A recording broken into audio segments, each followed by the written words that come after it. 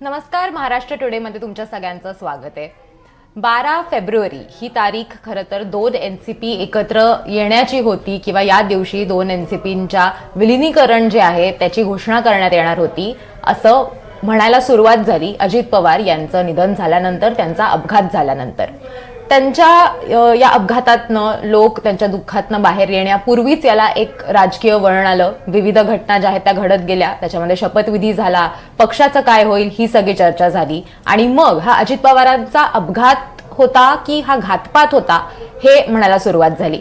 रोहित पवारांनी आज तिसरी पत्रकार परिषद जी आहे ती घेतलेली होती या संदर्भातली की अजित पवारांच्या विमानाचा जो अपघात झालेला आहे तो कशा प्रकारे घातपात असू शकतो आणि मग त्याची चौकशी व्हावी आणि एकंदरीत हे कसं काय होऊ शकतं महाराष्ट्रात इतक्या मोठ्या नेत्यासोबत, असे विविध आरोप त्यांच्याकडनं करण्यात आले।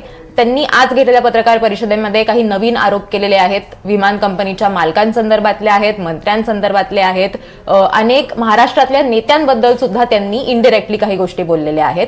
पण हे सगळं घडत असताना दुसरीकडे अजित पवारांच्या पक्षानं सीबीआय चौकशीची मागणी जी आहे ती त्यांच्याकडनं करण्यात आलेली होती आणि या सगळ्यामध्ये आता पहिल्यांदाच या सगळ्यावरती जर कोणी बोललेलं असेल तर ते जय पवार आहेत। म्हणजे ज्यावेळेला सीबीआय चौकशीची मागणी करण्याचं पत्र हे अजित पवारांच्या पक्षाकडनं देण्यात आलं मुख्यमंत्र्यांना, त्यावेळेला आपल्याला पार्थ पवार, सुनेत्रा पवार आणि एनसीपीतले काही जे महत्त्वाचे नेते आहेत ते सगळे आपल्याला तिथे बघायला मिळाले, पण जय पवार यांनी त्याच्यावर कुठलं भाष्य केलेलं नव्हतं। सो आपण तिथपासून सुरुवात करूयात की जय पवार नेमकं काय म्हटलेले आहेत। त्यांनी एक पोस्ट टाकलेली आहे, त्यात ते असं म्हणालेत की विमान अपघातात ब्लॅक बॉक्स हा इतका सहजपणे नष्ट होऊ शकत नाही। महाराष्ट्रातील जनतेला आपल्या हृदयाला हादरवून टाकणाऱ्या या दुर्घटनेचं संपूर्ण पारदर्शक आणि निर्विवाद सत्य जाणून घेण्याचा हक्क आहे।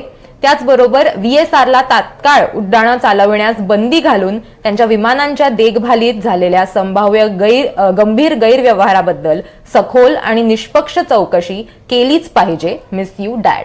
सो ही पहिल्यांदाच जय पवार यांच्याकडनं या सगळ्याची चौकशी व्हावी अशी मागणी जी आहे ती करण्यात येते। पहिल्यांदाच त्यांनी अशा पद्धतीनं त्यांची भावना व्यक्त केलेली आहे चौकशी संदर्भातली।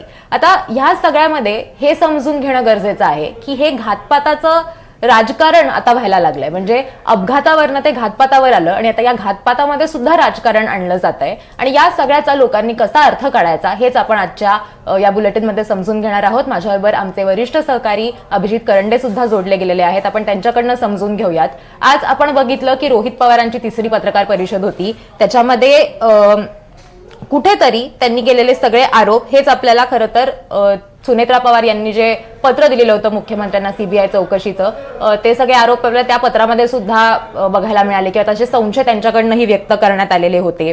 कुठेतरी अजित पवारांच्या जाण्याने जी पोकळी निर्माण झालेली आहे ती कुठेतरी कशी भरून निघेल हा प्रश्न या सगळ्यातनं उपस्थित होतोच, पण त्याचबरोबर या घातपातालाच आता रोहित पवारांनी जी सुरुवातीला घातपात कसा झाला हे त्यांनी म्हटलं, आज कुठेतरी रोहित पवारांनीच या सगळ्याला एक राजकीय अँगल दिला असं आपण म्हणू शकतो का? कारण अमोल कोल्हेंचे आलेले विविध स्टेटमेंट्स किंवा त्यांनी विलीनीकरणाबाबत केलेले स्टेटमेंट्स असतील, त्याच्यानंतर आता रोहित पवारांनी घेतलेली ही तिसरी पत्रकार परिषद असेल, मग त्याच्यावरती प्रफुल्ल पटेलांकडनं प्रतिक्रिया याच्यावरती येणं, सीबीआय चौकशीची मागणी होणं, सो ह्या घातपाताचं सुद्धा आता राजकारण सुरू झालेलं आहे किंवा हे सगळे नेते जे आहेत ते सुद्धा आता याच्यावरती ओपनली बोलायला लागलेले आहेत। सो ह्या सगळ्याकडे लोकांनी नेमकं कसं बघायचं? म्हणजे या घातपाताचंही आता राजकारण झालंय? बघा, असं आहे देवयानी की तुम्ही आता म्हणालात की घातपाताचं राजकारण झालंय का, तर पहिली तर गोष्ट अशी आहे की रोहित पवार हे सातत्यानं पहिल्या दिवसापासून ही भूमिका मांडतायत की अजित पवार यांचा मृत्यू प्लेन क्रॅशमध्ये ज्या पद्धतीनं झाला ती काही साधारण घटना नाहीये आणि ज्या पद्धतीनं पहिल्या प्रेस कॉन्फरन्समध्ये त्यांनी काही प्रश्न उपस्थित केले होते तशाच पद्धतीच्या आणि त्या पुढे जाऊन काही माहिती जी आहे ती त्यांनी आज रिव्हील केलेली आहे। आणि काल PIBने जी प्रेस रिलीज दिली त्याच्यामध्ये केंद्रीय हवाई वाहतूक मंत्रालयाची जी माहिती होती त्यानुसार ब्लॅक बॉक्स जो आहे तो काही प्रमाणामध्ये डॅमेज झाले असण्याची संभाव्यता किंवा शक्यता त्यांनी व्यक्त केलेली आहे आणि त्यामुळे आता लोकांना हा प्रश्न पडतोय। बघा, साधारणतः जे लोक शिकलेले आहेत, ज्यांना या सगळ्या गोष्टींची माहिती आहे, त्यांना याच्यावरती विश्वास ठेवणं फार कठीण आहे की हा ब्लॅक बॉक्स जो आहे तो डॅमेज झालेला असू शकतो किंवा व्हॉइस रेकॉर्डर डॅमेज झालेले असू शकतात। त्याचं कारण असं आहे की जगभरातले विमान अपघात जर तुम्ही बघितले तर खूप कमी वेळा, अगदी दुर्मिळात दुर्मिळ वेळा ब्लॅक बॉक्स जो आहे तो रिकव्हर झालेला नाही आणि त्यातला डेटा रिकव्हर झालेला नाहीये। त्यामुळे ब्लॅक बॉक्स जो आहे तो रिकवर होणं, त्यातला डेटा रिकवर होणं ही अत्यंतिक महत्वाची बाब आहे, जर तुम्हाला त्या घटनेबद्दल कुठलाही संशय लोकांच्या मनात राहू नये असं वाटत असेल तर. आणि त्यामुळेच मला असं वाटतं की काल जेव्हा ही गोष्ट घडलेली आहे की काल अशा पद्धतीची प्रेस रिलीज आलेली आहे आणि काल ती प्रेस रिलीज आल्यानंतर त्याच दिवशी सीबीआय चौकशीची मागणी पार्थ पवार, त्यांच्या आई सुनेत्राताई पवार आणि त्यांच्या पक्षातील काही लोकांनी केलेली आहे. पण मग 20 दिवस त्याची वाट का पाहिली गेली?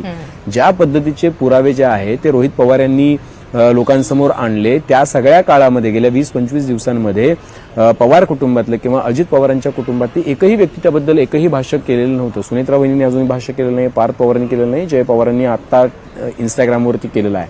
पण याबद्दल साशंकता व्यक्त करणारं कुठलंही भाष्य केलेलं नव्हतं. पण आता ज्याला ब्लॅक बॉक्स बद्दल काही संशयास्पद काय त्यांना वाटतोय की असं कसं काय होऊ शकतं की ब्लॅक बॉक्स रिकव्हर होत नाहीये किंवा त्यातली डेटा रिकव्हर होत नाही, त्यावेळेला जय पवार हे शिकलेले आहेत, त्यांना कल्पना आहे, ते जग फिरलेले आहेत की ब्लॅक बॉक्स कशा पद्धतीने काम करतो, त्याचं काय काम असतं, आणि या सगळ्या गोष्टींमध्ये त्यांना हे विश्वास ठेवणं कठीण जाते. आणि त्यामुळे ते सुद्धा रोहित पवार ज्या नॅरेटिव्हवरती होते त्याच एका नॅरेटिव्हवरती येताना आपल्याला बघायला मिळतात. ती काही म्हणत नाहीत की घातपात झालाय किंवा काय, ते म्हणतात की सत्य समोर आलं पाहिजे.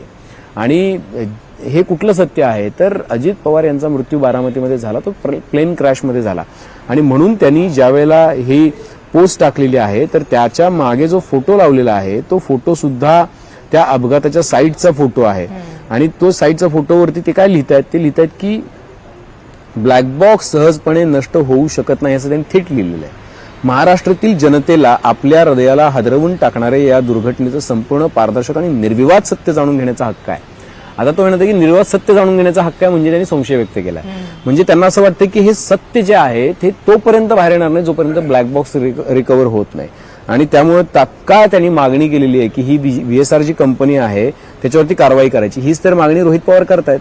त्यामुळे मला असं वाटतं की राजकारणापेक्षा पण जय पवार यांच्या दृष्टीने अजित पवार यांच्या मृत्यूमागे काहीतरी काळवेरा आहे असं थोडा वास किंवा थोडं निदर्शक त्याकडे त्यांचं पोस्ट जाते. आणि मला असं वाटतं की हे फार गंभीर आहे.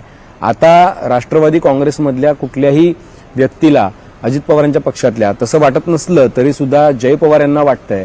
आणि जी भावना लोकांची तयार झालेली आहे रोहित पवार यांच्या पत्रकार परिषदांमुळे आणि त्याच भावनेशी जय पवार जोडू पाहतायत त्यांना, तर मला असं वाटतं की ब्लॅक बॉक्स रिकव्हर नाही झाला तर जय पवार यांच्या मनामध्ये जे सत्य जाणून घेण्याचा अधिकार असं जे म्हणतात, हक्क आहे असं जे म्हणतात, याचा अर्थ असा आहे की सत्य बाहेर येत नाही. आणि सत्य बाहेर यायला पाहिजे असं तुम्हाला कधी वाटतं? ज्याला तुम्हाला त्याच्याबद्दल संशय असतो घटनेबद्दल त्यावेळेला.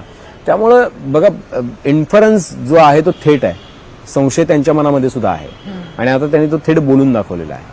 त्यामुळे तर लोकांना काय वाटतं याने काही फरक पडत नाहीये. आता अजित पवार यांच्या मुलाने जो त्यांचा दुसऱ्या क्रमांकाचा चिरंजीव आहे त्याने ही शंका उपस्थित केली की सत्य बाहेर आलं पाहिजे.